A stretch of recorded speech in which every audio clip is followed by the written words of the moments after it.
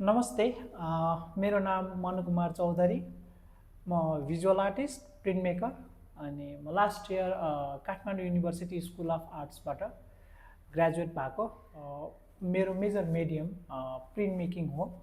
Print मेकिङमा पनि मैले गर्ने टेक्निकहरू एचिङ, वुडकट अनि सर्फेस प्रिन्टहरू गरेर हुन्छु। म यो आर्टिस्ट इन स्टुडियोमा गर्ने कामहरू थारू कल्चरमा रहेर उहाँहरूको डेली लाइफसँग जोडिएको चिजहरू र लोककथाको आधारमा कामहरू गर्ने सोचिरहेको छु।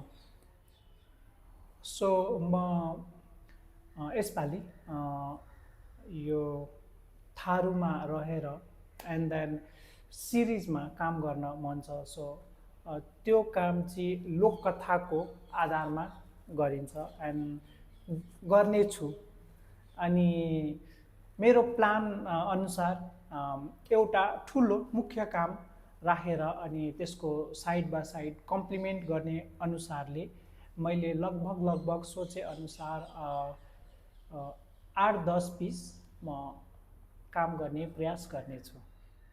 मलाई यो थारूमा काम गर्नुको उद्देश्य के हो भने हाम्रो एक त पहिलेदेखि कति कुराहरू